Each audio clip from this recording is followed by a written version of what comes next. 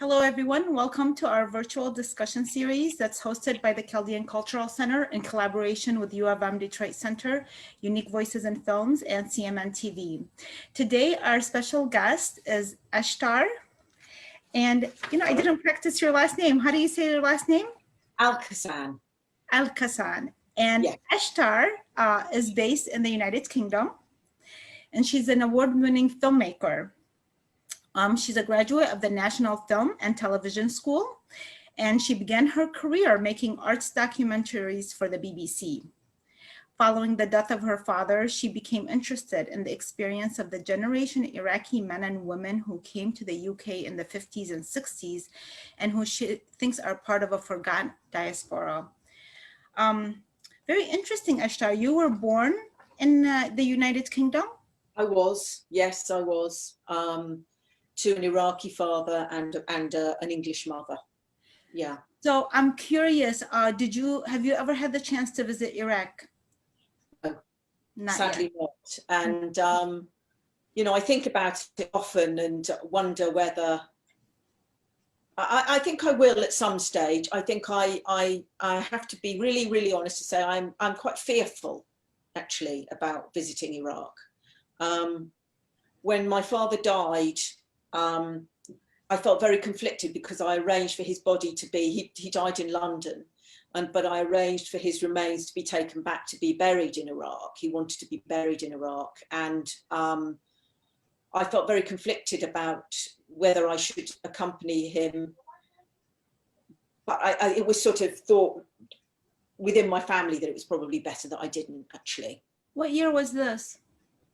My father died in 2015, so 6 years ago.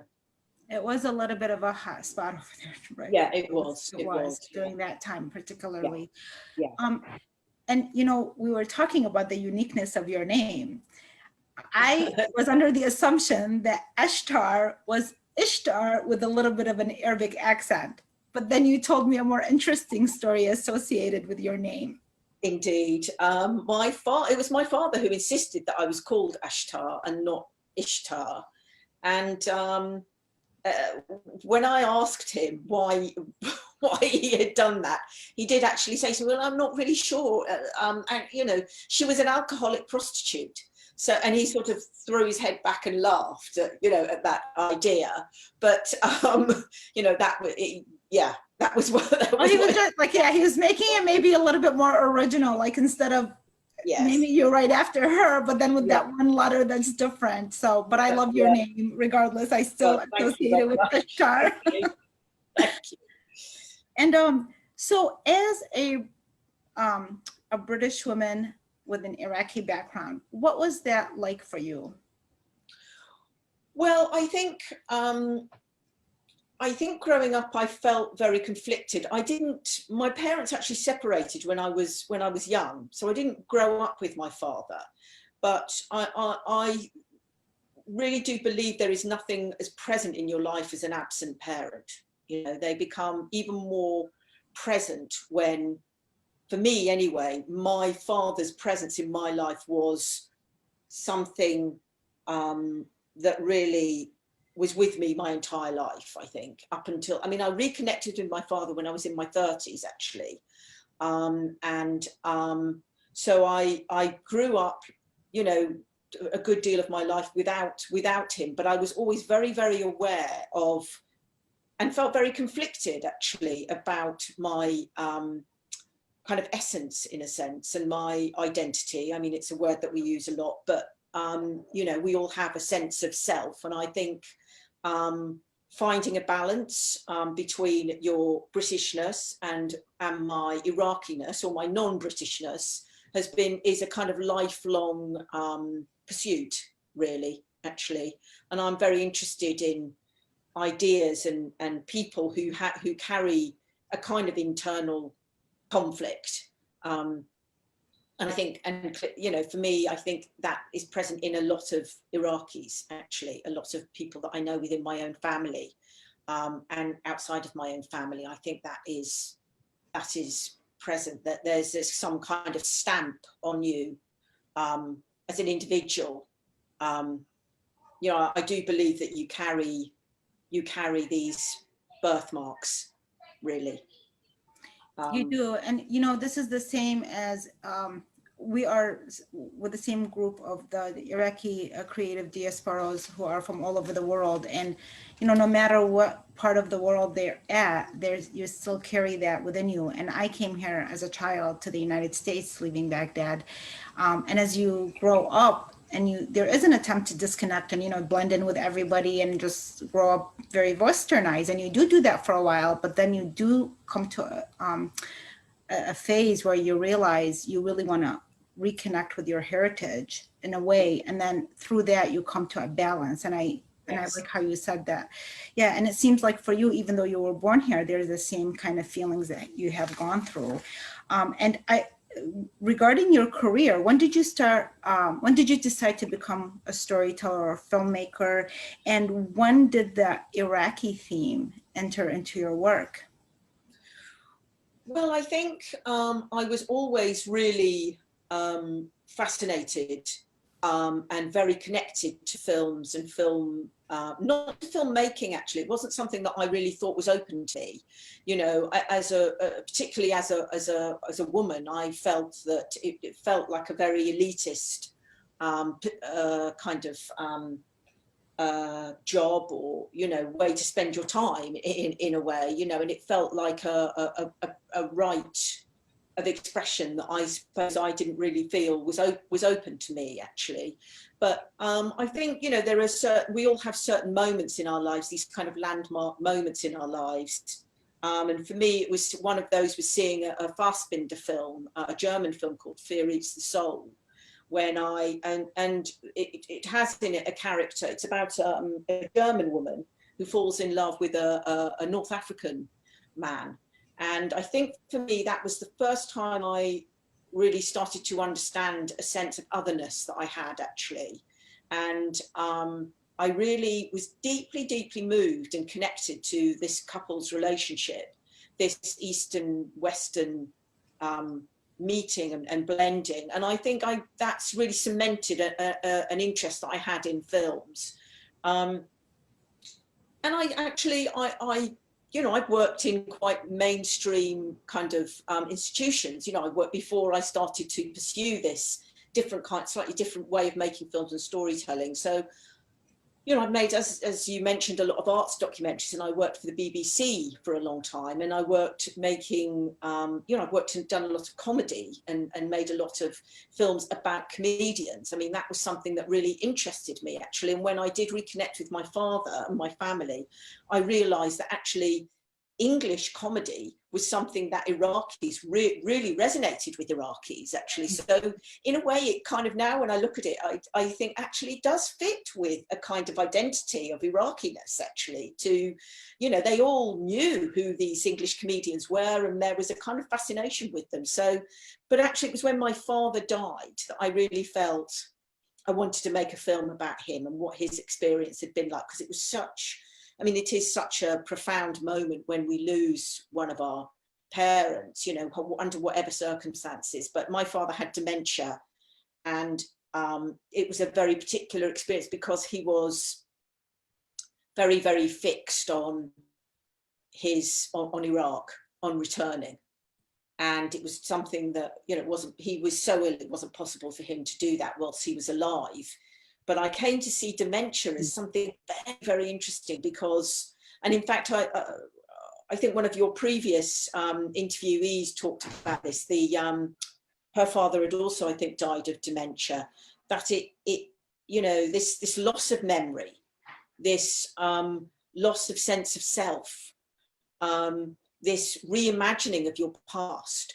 It seemed to me so resonant with people who can't return, you know, who are trying to hold on to their essence of themselves in a new, in a country that they weren't born in. So I wanted to make a film that tried to touch on some of those ideas really. And it was the film that I made, Abdullah and Leilah, was very much about trying to imagine what was going on in my dad's head and in his heart actually, you know, wanting desperately to go back, but being surrounded by all these, you know, people who didn't understand him spiritually, emotionally, you know, didn't understand the language that he was speaking. So, yeah. Yeah, you know, I know I was very touched. There was an interview that you had on your website that I saw, and I don't remember now if the character in your film or if it was actually your dad, where they suddenly didn't remember anything from their Western world, but only Yes. everything that they remembered was just the ones from Iraq. Was that, Yeah. or is that, or the both care, both? Well, no, perhaps with dementia, people very usually revert back to speaking in their first language. So whether, it doesn't matter whether you come from Spain, from you know, Germany, from Iraq, from Iran, from Sudan, you are likely, if you are living in a country that you weren't born in, if you have a second language, you will lose your second language. That is what dementia does to you. It's one of the skills that you lose, and you will more often than not revert to speaking in your first language. So for my father, obviously that was Arabic. So, but he was so confused, he thought he was speaking in English. So people would say to him, can you speak in English? Can you speak in English? And he would say, but he would say it in Arabic, but he would say, but I am speaking in English. The confusion is such, it's so multi-layered. And, you know, it's a kind of double whammy for people really when they have dementia, that, you know, they're not understood emotionally and they're not understood physically if they're not in the country that they were born in. So I think this notion of return, of retreating, not necessarily retreating, but somehow going back to your distilled essence as a person when you have dementia, when you're, you know, when you get to that age, is something again that I found really, really moving, you know, for people who were not born in a country that they end up dying in. It's, and then, you know, we know that this is very, very common now. You know, there've been this huge, in the past 15, 20 years, this huge movement of people and communities around the world. And if you're lucky enough to live into a very old age, you may well get dementia. And you're going to have this experience of, as I've just said, you know, dying in a country that you weren't born in. And that is it's a very, very profound, very complex, I think, situation for people. So when you're talking, you know, so my mother had dementia. My mother lived the last 5 years of her life in my house, and she didn't really know English. So there wasn't that part about the language that I noticed, but we did notice that she would remember anything from a long time ago. So if we showed her an album, a black and white album, she could pinpoint all the pictures that were so old, but then she didn't remember, you know, something that's newer. Obviously, this is one of the things that they have. And I did feel this essence just with her living with me, sometimes not even having to speak, the sense of her traveling to the past. I sensed that it was a very strange but beautiful feeling at the same time. That's what, when you say about it being moving, I sensed she would go in a certain direction, and then I would put the Arabic channel for her because that's a language that she spoke. And so we had these movies that were mostly made by the British during the time that the British was in the Middle East. Yeah. And the cinema became very powerful during that time. Yes. And so when I was watching the trailer for Abdullah and Leilah, the first thing that caught my attention and just took me there and took me to my mom is Nazim al-Ghazali singing this famous song, Fog al-Nakhal, which not was only special for my mom, but even I remember it as a child there. And when just those words, and it kind of like woke me up, but to the past, you know. I gotta tell you, I was very touched that you started it that way, and then I read why you did. Now the song is Fog al-Nakhal is like on top of the palm tree, which kind of is like in the American expression is like on cloud nine, like when you're very happy, we're on cloud nine. I don't know if the British use that term or a different term. Absolutely. But I would like you to share a little bit about why you chose that song, what it means, and just kind of your own experience with it. Well, I chose the song because my father loved Nazim al-Ghazali. He loved the music. He lost a lot of language skills, my father, both in English and eventually in Arabic, but he knew the words to all those songs. So on my little phone, I would hold the phone up and play YouTube videos of Nazim to my father, and he would be transported. I think he would really, the joy and the sadness actually that he experienced. It was a roller coaster of emotions. And I think we know it's recognized amongst dementia professionals and practitioners that music is very transformative to people when they have dementia. And I think for my father, and it's just the image of this man singing who is a kind of, you know, almost like a sort of Frank Sinatra-like figure. Right, exactly. You know, it was very, very meaningful to me, and it suggested a kind of just a joy in voice, in clothes, in the body, in the spirit. You know, when I see those images of him singing, he embodies, you know, there's a beautiful theatricality to it that I love, you know, which is very Iraqi, very Arabic, really, you know, quite extreme emotion and, you know, poetic expressiveness. Poetic. That's what I was gonna say. That, like you mentioned in one of your interviews, the poetry, the romance. It was a period that seems like that's what the beautiful part about the memory. For us, when we look back in that era, we see a whole different experience that we are seeing today with the media. I mean, I haven't been to Iraq in a long time either. And when I was in 2000, I also have different memories than what is portrayed in the images. So it's always different when you're there. But yeah, those songs, and then I just enjoyed the quality of how you chose aside from the story, the acting. So one of the things that you did is also you included the iconic Iraqi figure, Sami Abdul Hameed, and he plays Abdullah. And I thought, so these important parts of creating this short film, I thought was very touching. Now, I'm curious, you know, because I know that he died in 2019 in Jordan. So how did you meet him, and how did the whole process happen and he became part of this film? Well, when I was looking to cast that figure, I really wanted somebody who, in a way, represented something to Iraqi people.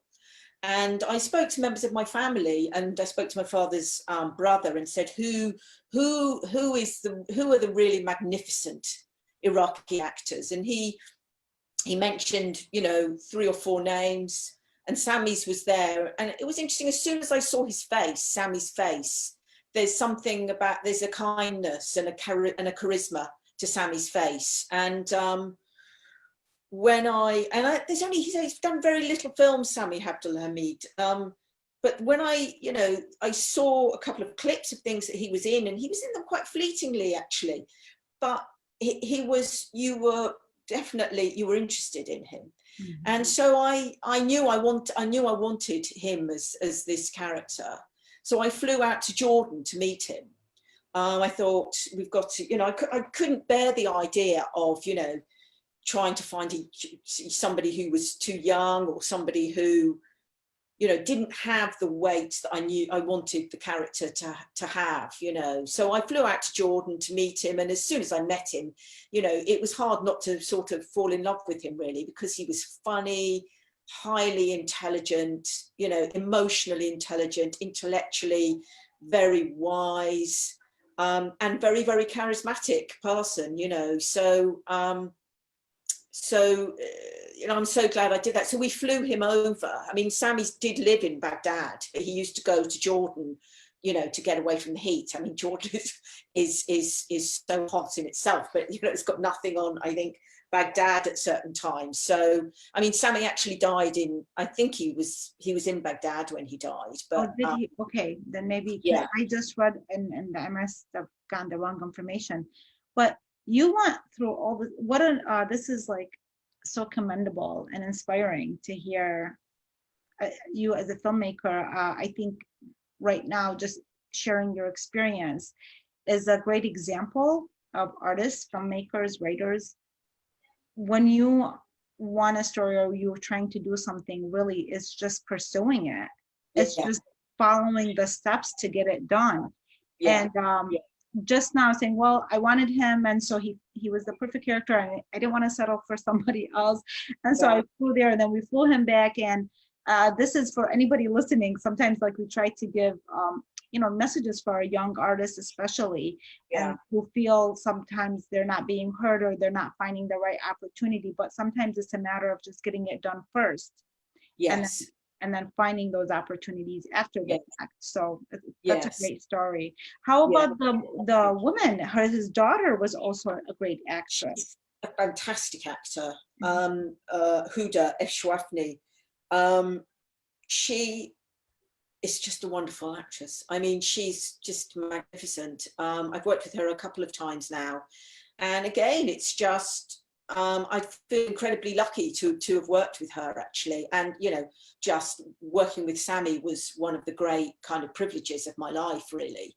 And I'm sure for him too, that, that made a difference for him too, at his age, because he passed away around like 92 or something. Yes. So that he had this opportunity to leave this kind of a mark towards the end of his life. I think his mark was left in the world of theatre, really. I mean, that's where Sam's background is. And I think, he was an extraordinary man. I mean, he flew here to make a short film. It wasn't like I was offering him a feature film. He was a man of just incredible generosity and charm. And, he came here to make this little short film. And, we didn't have a lot of money. So, and he ended up staying in what was very humble accommodation. He came with his wife, who is Fawzia Aref, who is also a really wonderful Iraqi actress. She is fantastic as well, and she came with him. And I mean, I would love to work with her at some stage, actually. But I think, you can't go wrong with him. He brings everything to it. And sorry, to Huda's extraordinary. I think if you can find people who are emotionally intelligent and emotionally open, there's something that happens when the camera turns on them that, I mean, she's a beautiful, beautiful actress to look at, but she also, there's wonderful things going on. She has a lot of depth in her character. She really does, doesn't she? Yeah, she and really you could tell, like, for her, when she's acting as being from Middle Eastern background, and I love foreign films from all over the world. I used to watch them over anything. And it doesn't matter if the talent, if the story is great and the talent is good, and if you combine these together, you can connect with anybody. That's why art is so beautiful, because it transcends nationality, religion, everything else, and you can just connect with the actor. But it does help. It's very important. That's why the director and the writer, it's when they're bringing the story, if they write it from the heart and they bring in the authentic people along, it just works well. So that's what happened, I feel like, in your story. And so we're looking forward to, it brings us to this last question about some of the projects that you're currently working on. Can you share what you're working on currently? Yes, I've got two projects that I'm working on. One project is about the UK AIDS Memorial Quilt, which I don't know if you're aware of, about the American AIDS quilt. Yes, I know about the American quilt. I did. Yeah, well, we have one in the UK, which has been packed away in boxes for many years. And I was very involved with, I had a very close friend of mine, two very close friends. One of them was somebody I shared a flat with who died of AIDS in the 80s. And so I was very involved in campaigning and fundraising for people with AIDS during that time. And that person had a huge impact. His name was Mark Ashton. He had a huge impact on my life, and I made a panel for him. And quite recently, a panel was displayed the quilt in its entirety was displayed again in London. So I feel very moved to, we're still going through a pandemic at the moment, but, for many people, it's not their first pandemic. And the AIDS pandemic and the loss of men, women and children is something that has affected me and my life, the loss of those people. So I feel very moved to do that. And then the other thing is a kind of longer term project really that I've been working on for some time, which is about an Iraqi family who come to live here, and who it's really focusing on what happens when an Iraqi family moves into a small, predominantly British English community, and how the community reacts when adversity falls upon them. So it's I think it's quite political. You know, we're going through quite a difficult political time in my view in this country, and you know, there's a lot of awareness about racism, and I think there's a generation of young people coming through now who are much more willing to raise their voices, to demonstrate, to be proactive, and to call out a lot of racist hate. And I don't know if you're aware, you know, we've had the the European Cup, the football competition in this country, which has raised a lot of issues around racism. So I'm very interested in creating a story that feels very, very current and resonates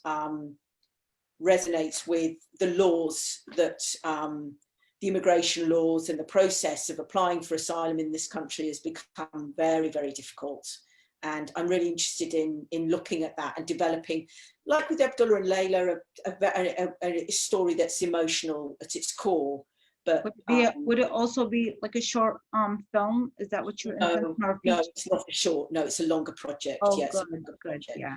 Yeah. Well, as I often say, there's a void in this area with stories that represent Middle Easterners in the Western world, yeah. And but I see this void every time I interview somebody. It's a lot of joy, because I see that this void is being filled little by little. There's people all over that are sharing their own stories, and I think that's absolutely wonderful. I thank you for all the work that you do. And I would love that when your film is complete, or even in the future with regards to Abdullah and Leilah, that we would have, once we start that up at some point, we'd like to do a film. We want to do like film screening series. And so that's something that we're looking at in the near future. And so we'll be in touch again, and I'm sure that we'll be connecting and showing off your work again, because you're right, and you produce very fascinating and important stories. Well, thank you very much. It's been really lovely to speak to you. And of course, we should also mention quickly, you know, there are many, many filmmakers coming out of Iraq and across the Middle East now. So it's not just the diaspora who are making films, you know, there are a lot of filmmakers, aren't there? We know. Yes, I have to connect with you and others so I can track them down and get them on here too. I'm very happy to do that. I know several Iraqi filmmakers who were. Oh, there you go. Then I don't have to do that much work. Please send them over. I'd love to interview them. Do that. I think, you know, this new generation of people making films, you know, there are Egyptian, I think an Egyptian film called Feathers has just won a big prize at Cannes. You know, it's the first Egyptian film. There are things happening now, you know, not just amongst diaspora filmmakers, but also filmmakers coming out of who live in the Middle East. And I think that's really excellent. Yes, and you know, I watch those a lot. Netflix does have a good selection of Arab films that we watch, and some of them I like a lot of times, like the humor. I love the Arab humor, and you know, whether it's a serious movie or not, they always have. I just love the family life, the culture, and the humor. And believe, you know, most people don't get to see that, but in the Arab films, you do get to see that, because that's what they're focusing on mostly. But then when we watch some of the Western ones, it's the focus is on the war and the violence, you know. So maybe we can find a way to kind of bridge this together. That would be great. That would be great. Yes, that would be good. Thank you so much, Ashtar. It was lovely. Thank you. It's lovely to speak to you. Thank you very much. Bye-bye, everybody. Bye-bye.